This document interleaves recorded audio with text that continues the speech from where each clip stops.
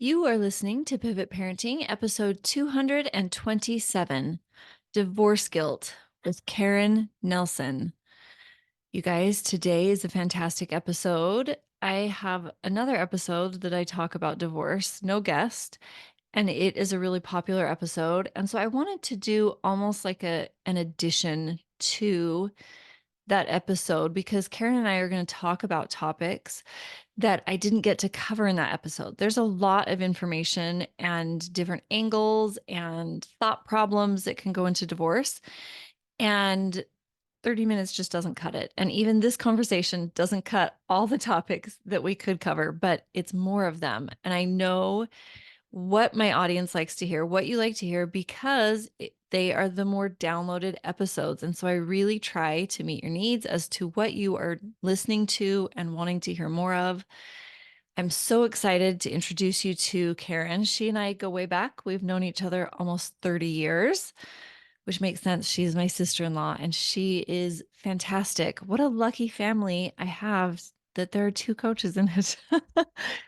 And she knows her stuff. She's really great. I know that you're going to love this interview with Karin. And I want to invite you to come on a call with me. Did you know that I do a free 30-minute consult call? In this call, we can talk about working together if you would like. That's always an option. Primarily, I want to hear what's going on with you, connect with you, and I want to hear your situation so that I can give you your next best step in whatever situation you're in. This is like your customized, I know what I want, but I can't get there. I'll give you your next best step. You can book this appointment by going to heatherfraser.com. Fraser has a ZI in the middle, and grab that time. I would love to meet you. It will be so helpful to you whether or not we decide to work together or it's just a one and done. This call can bring so much value to you, and it is a gift that I have for you. So grab that and then sit down, listen, take notes on divorce guilt because it's real. Karin and I get into all of it. So here we go. Hey, my friends, welcome to today's episode. I have fabulous Coach Karin Nelson with me here today. Hello, Karin. Hello. So good to see you and have you here. Thanks. Happy to be here. Yeah, Karin and I go way back, and we are talking about divorce guilt today. Yes. So I am a divorce coach. I work with women who are either getting ready to get divorced, going through a divorce, or who have been divorced. And it's fitting because I am a product of divorce. I was married for 20 years and got divorced it's been about 7 or 8 years now. I kind of have lost track of time, but my ex and I have been able to really create a pretty good life for ourselves and a relationship, our co-parenting relationship, a relationship with our kids that is great. And not to say that divorce isn't hard, but that is something that I really take pride in and I'm really proud of myself for. And I love teaching other women how to do that if possible. It's not possible for everybody, but that's okay too. But I do love teaching women how to love themselves, especially outside of marriage, and show up for their kids and show up and create a life that they love. So I'm I excited to love be that. here. Yeah. Yeah, it's an important topic because guilt is a huge piece of divorce. I have a lot of friends who have gone through or are going through or considering divorce. Yeah. And it can be really scary turn of events, one that nobody ever expects when they're getting married. Yeah. Yeah. And I think that is a lot of where the guilt comes from is you go into this marriage not at all thinking, I'm probably going to get divorced in 10 or 15 or 20 years. Of course Yeah, you're not thinking no, that. no. Yeah. And so you get to this point and then now you come to this decision, or you've already made the decision, or the decision was made for you. All of those things are Yep. possible, right? And there's so many thoughts that come into your head of like, if it's your decision and you're thinking about it, or you've already decided I am doing this, when I make this decision, am I going to ruin my kid's life because of this divorce? Because there's so Yeah. much, or there can be so much trauma attached to it. What is it going to mean to be a family anymore? There's guilt around that. And if it's not your decision, there's guilt of like, maybe I just didn't try hard enough. Maybe I just wasn't enough. What did I And do I wrong? exactly that. What did I do wrong? And how are my kids going to look at me now and go, again, you ruined my life, or they're going to act out in different ways because they have to deal with this now while you're dealing with it and you're trying to help them, but you don't know how to help them because you've never done this. And there's just like, there's so much guilt and shame behind all of it. And there doesn't need to be. So I think we need to talk about it. There definitely doesn't need to be. And a lot of society puts stigmatisms on divorcees. I had a friend who was Yes. divorced, and other women didn't want to be her friend Mm, because it's they were so afraid that she was going to poach their husband. And she's it's like, so I'm not interested sad. in your husband.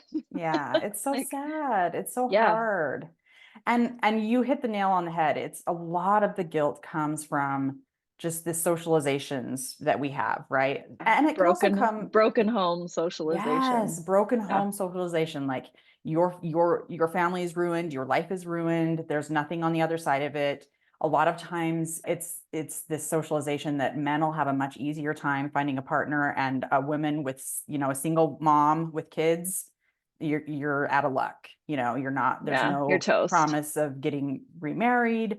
And if you do, like, it's rough. You're not going to find a good partner. You're going to get the leftovers of the guys who haven't been married yet. And it's all socialization that we're just fed, and none of it's true. And breaking down the stigma that divorce is a terrible bad thing. Yes, it's I sad. Yeah, Yes, it's hard, but it does not have to be thought of as the worst thing that could possibly happen to you and your family. oftentimes it's the best thing when there is Yes. abuse and destruction going on. Yeah. Yeah. I think, tell me what you think about this. I know we've done some of the same coaching programs. Do you think that that stigma is misogyny or patriarchy? Absolutely.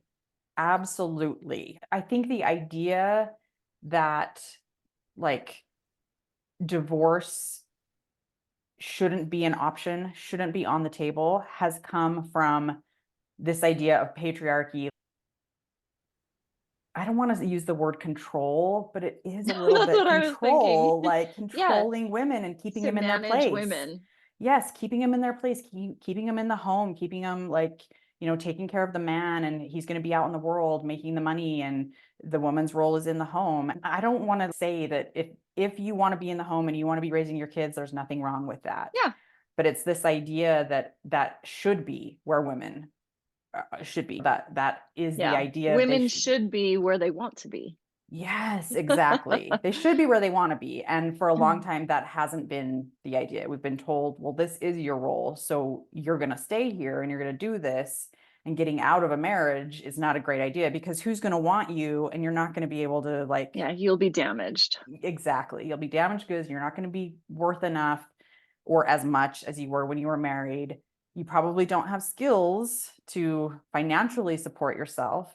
And the problem with it is that a lot of these things, at least the financial part, a lot of that is true. Most women who Yeah, go through a divorce maybe haven't worked for a long time, or have only been working part-time, and they maybe don't have the skills in the workforce to make as much money as their partner had been. Doesn't mean they're not yeah, capable of it, doesn't mean that they can't, but that right. sometimes is the case. I would say patriarchy for sure has played a big role in creating this idea that there is something wrong with getting divorced. Yeah. As we're addressing the guilt, when we're feeling guilty of like something has gone wrong because we're buying into divorce as a negative thing, what do we make that guilt mean about us? Oh goodness. We make it mean basically like, I've ruined my kids. Everything is my fault. My family is broken. I'm basically a terrible mother. I don't know if most of your audience is women, but most of the people that I coach, in fact, all of the people that I coach are women. So I probably will talk about it Yeah. from a woman's point of I view. have both. I have both. Couples come to me, dads come to me, moms come to me. It is largely women, but yeah, you're going to have both on the podcast. And I have to say that I think that dads can have guilt about divorce as well. Yeah, I think guilt can come in for any gender. I do feel like oftentimes women have a harder time with that guilt because the role of a mother is so ingrained in us. Like Yeah. men, it's much easier to be out of the home and you're not as at home with your kids, which I guess maybe that could bring up guilty feelings as well, you know. From the role of a woman, I think that idea of like I'm a terrible mother because I've put this on my kids. Like they didn't have a choice in this. This is something that has Yeah. either happened I to wasn't them able to salvage or this. yeah, and maybe I didn't try hard enough or whatever. And so this idea of like I'm a terrible mom, I've ruined their lives. Our family is broken and now what? Where do we go from here? Yeah. What about the guilt? This is what I'm working with a few people through of the divorce is done. The custody is being decided or has been decided, and it's Yeah. not according to one parent's wishes. And they feel guilty that their kid has to go with the other parent who is unstable, abusive. Yeah. What about the guilt as far as like I couldn't get full custody of my kid and now they are subject to my ex and I'm not there to protect them anymore? Yeah, and I think that's definitely a difficult situation to be in. Of course, you're going to feel scared for your Yeah, children when they're in a situation where you don't feel like you can be there to protect them. When I have clients who struggle with this, the biggest thing that we coach on is teaching them how to, first of all, take care of themselves so that they are mentally and emotionally stable as possible, right? sure. Loving themselves, not needing to look outside of themselves for that validation, that love, that support, whatever. They know how to do it for themselves. They know how to ground themselves and feel really confident in who they are so that when their kids return to their home, they are the safe place. They are the place where their kids know that there's going to be stability. They can feel safety. They can feel safe in themselves. They can trust that their parent is going to take care of them and be there for them. And truly, that's all you can do. I mean, unless you want to try and go for a very drawn out, expensive legal battle, there's not much else you can do. And a lot of times you really have to show up in this parallel parenting idea instead of co-parenting, which probably isn't possible in situations like that. The other person's Mhm. not really going to show up and participate as a good Yeah, they won't be co-parent. collaborative. No, exactly. And so parallel parenting is where you are going to show up as the parent that you feel is good and right and best for you and your kids when they're in your home. And you are just going to trust that you're teaching them the foundational skills and, emotional capabilities that they need to go to their other parent's house, fend for themselves as much as they need to, and then come back to you and then hug them, love them, show up for them in that way. Yeah, it's so hard when we want to protect our kids as best we can, but you're right. We can only do what we can do. Yeah, and I think when it comes to the guilt that pops up about that, it's really a moment where you're just going to have to show up with a lot of compassion and love for yourself. Because again, the question that I think a lot of people come to is maybe it would have been better if I would have stayed. Yeah, And in my opinion, I mean, obviously every person would have to answer that for themselves and would have to know for themselves. But if you got as far as getting out of the divorce, I think you already answered that question for yourself. No, the best answer and option for me was to get out. yeah, And so when the guilt pops up, you can remind yourself of that. I knew this was right from the beginning. I've made my choice. Now, how do I want to show up moving forward? yeah. Well, the coulda, shoulda, woulda game is in large part just one tactic our brains try to use to maneuver around an uncomfortable emotion, the discomfort Yeah. of the guilt, of the shame. Yeah. It doesn't it doesn't do any good. And so it's a matter of how do I want to show up for my kids when they're home? Do I want to continually be asking the question, well, maybe I should have stayed. Maybe things would be better off. Or do I want to just decide what kind of a parent do I want to be in my home? How do I want to Yeah. love my kids from this point of view? How do I want to support them and support myself as we go through this really hard thing? Because it's not to say that it's not going to be easy. It's not. It's gonna be Yeah. hard, especially in a situation like that. Yeah. Okay. We've talked about some ways that guilt is pretty obvious. Are there any sneaky sideways, backdoor ways that guilt can present that maybe parents aren't as obviously aware of? I think sometimes we'll see our kids kind of start to perhaps act differently when they either find out Uh-huh. about the divorce as we go through the divorce. Maybe they'll even start showing up like almost attaching or acting differently around one parent than the other parent in a way that you weren't Mhm. expecting. And so you might feel guilty, like, I must be doing something wrong, or I need to change something so that I can make my kids happier. I need to do something so that my kids don't feel the pain of the divorce, that they don't feel sad, that they don't feel any of this discomfort. So what can I do to make them happy? Okay. And That's a and sneaky way. I think that probably pops up regularly just in a parenting life when you're not going through Sure. a divorce. But I think it's much more sneaky outside of divorce because you're already feeling guilty over the decision that's been Yeah. made, either by yourself or someone else. And so you start to kind of show up as a different person, show up as more of a people pleaser in some ways to try and make things, I'm putting that in quotes, easier for your kids because you know that it's already difficult for them. So you're asking questions of like, well, maybe if I, let them skip school for a couple of days, or maybe if I am lax on the rules, they won't get mad at me. And so then they'll be happier being here rather than with their other parent. Or, we start to kind of change ourselves and the way we would show up because we want either our kids to like us and not be mad anymore, or we want to create this happiness in them so that they don't have to feel sad about the divorce in life.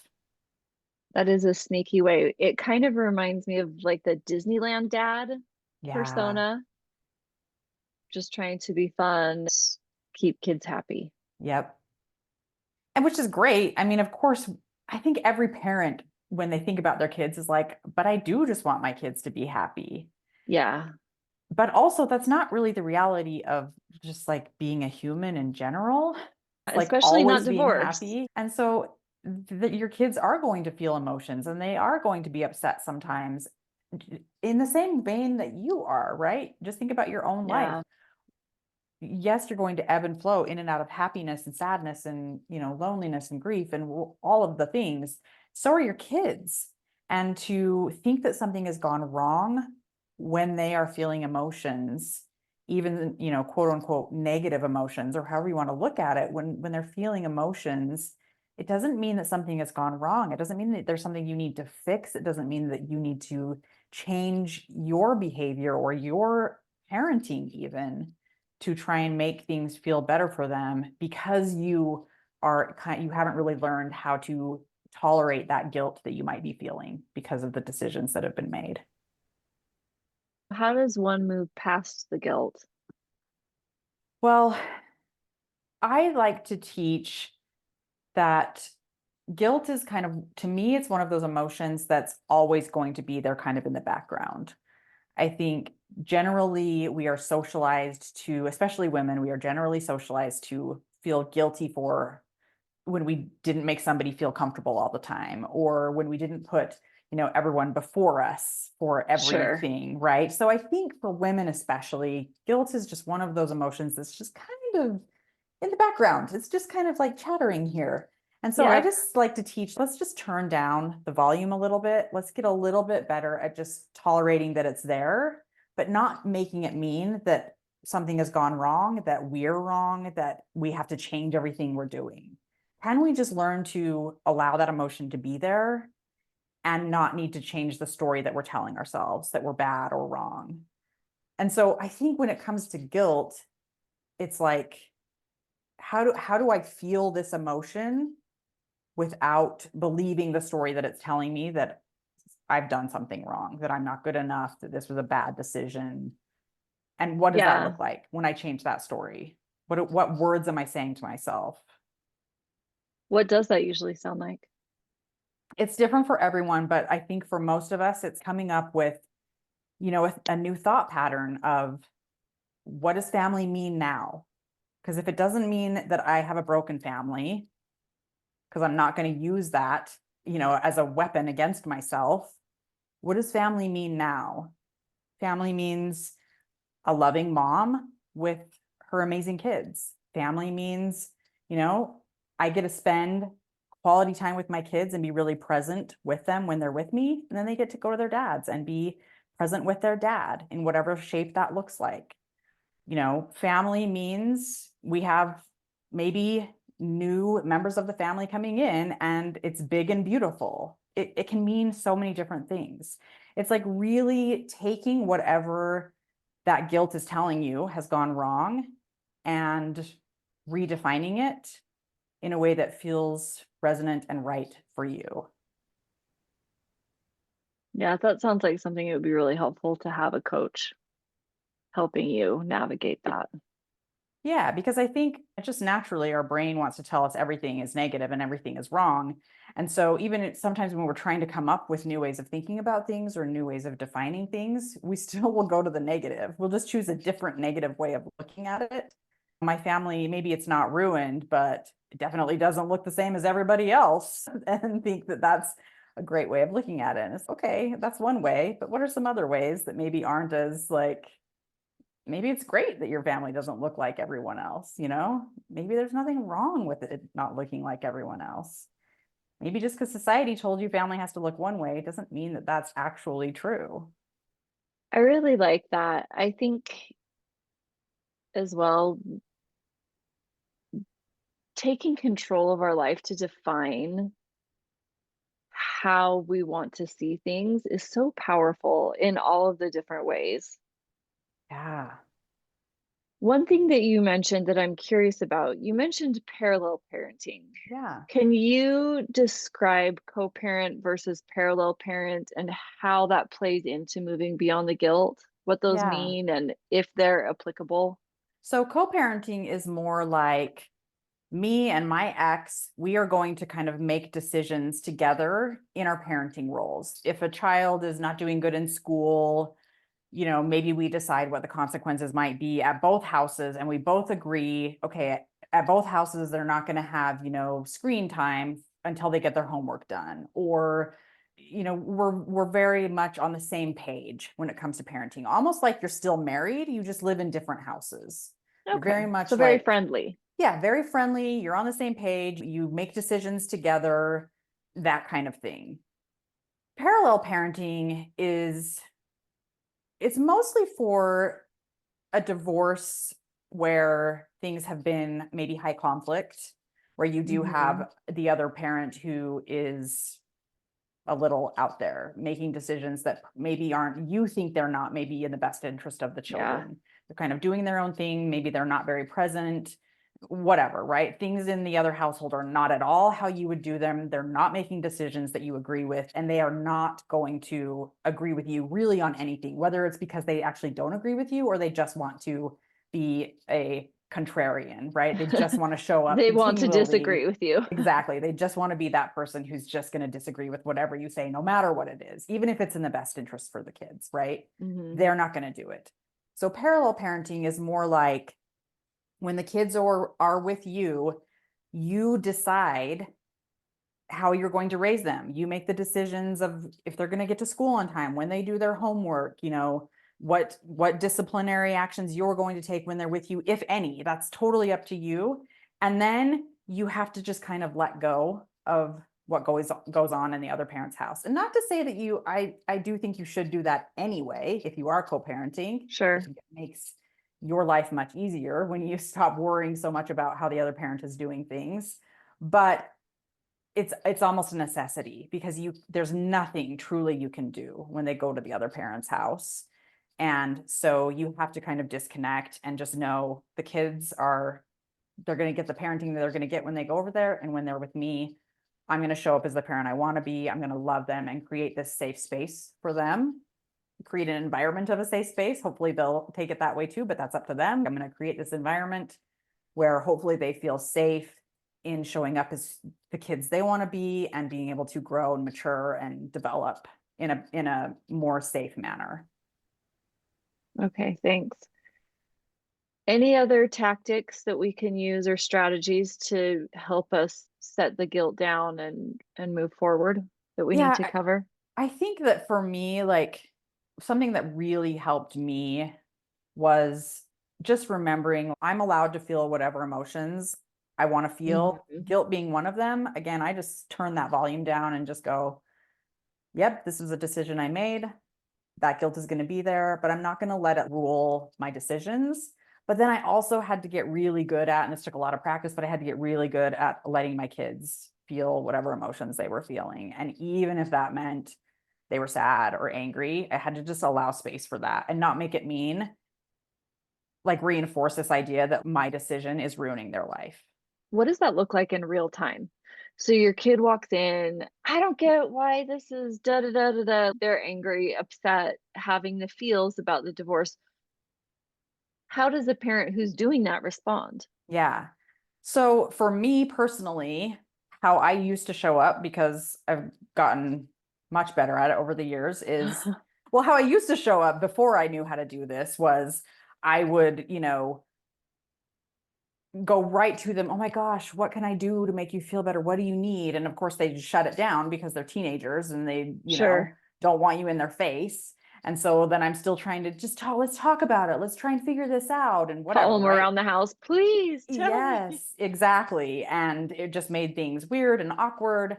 And so I just started recognizing like, I'm just going to give them space, whether it's space they just need in the living room to sit and be on their phone or listen to music or whatever it is. Or if they're still acting in a way that maybe I don't think they should be treating, they're maybe saying Yeah. things to people that they shouldn't be saying. I love you. I'm sorry that you're feeling upset. It's totally okay that you're feeling that way, but you're not allowed to, or like it's not okay for you to take it out on other people. Maybe you should go to your room for a little while and just do whatever you need to do in your room to feel what you're feeling.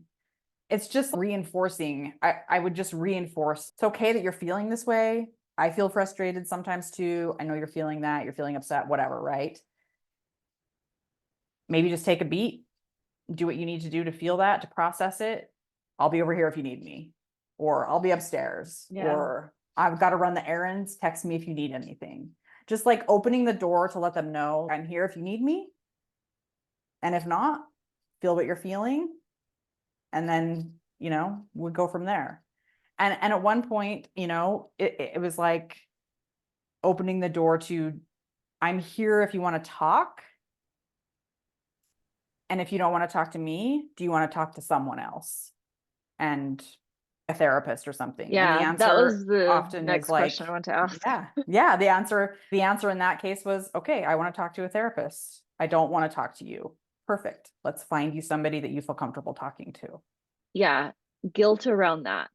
Like my kid is so damaged, they need to go to therapy. Yeah. I think it's again, that is a stigma that Oh, socialization has, given us. It's just handed us on a platter of like, there's something wrong with you as a parent if you can't even get your kids to talk to you, or if your kids need to go to therapy, which yeah, we which got to is so shut that lame. down. It Yes, we is do. so lame. We Yeah. need to shut it down. Ye Yeah.